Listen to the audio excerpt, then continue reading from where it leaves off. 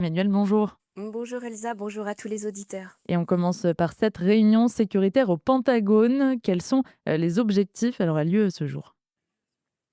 Alors c'est un tournant géopolitique majeur, Elsa, avec des délégations militaires de haut niveau d'Israël et du Liban, donc qui se réunissent aujourd'hui.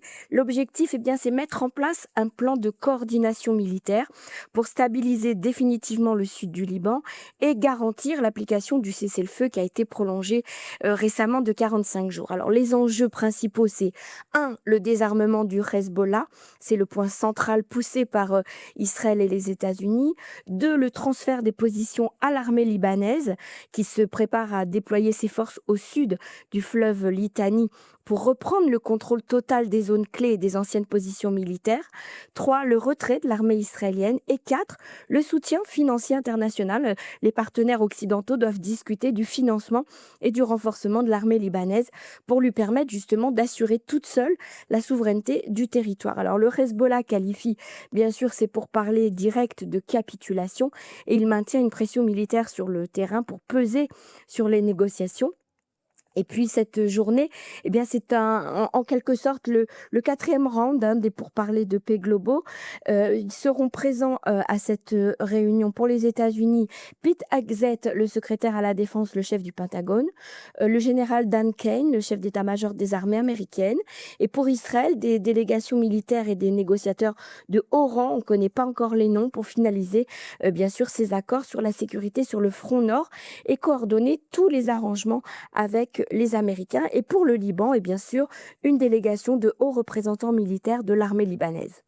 Et en Israël, Emmanuel, les kibboutz du sud du pays qui se reconstruisent. Et vous nous parlez ce matin du kibbutz Nachaloz.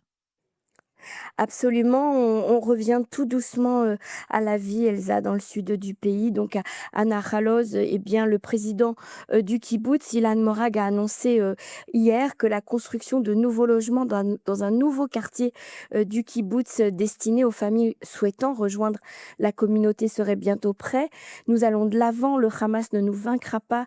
La renaissance du kibbutz fait partie intégrante du processus de reconstruction et de la victoire, a-t-il déclaré.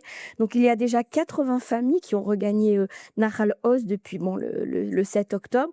Et puis, de nombreuses autres familles qui n'appartenaient pas particulièrement au kibbutz auraient formulé également une demande pour intégrer la communauté. C'est vraiment un élan de retour très fort auquel on ne s'attendait pas. Et la semaine dernière, à la veille de Shavuot, les habitants du kibbutz ont inauguré le pub du kibbutz. Alors, c'est symbolique, bien sûr, il a été fraîchement rénové. L'établissement a été baptisé The Shack et c'est le surnom en fait du major général Talat, qui était combattant de l'unité Maglan et qui est tombé au combat justement pour sauver les habitants de ce kibbutz. Il y a eu une soirée musicale qui s'est produite sur la pelouse du kibbutz avec des chansons qui ont été écrites après le 7 octobre. C'était un vrai geste symbolique, un événement symbolique, et c'est ce passage, vous savez, entre le deuil et la joie qui se fait souvent et toujours en Israël avec un cœur gros.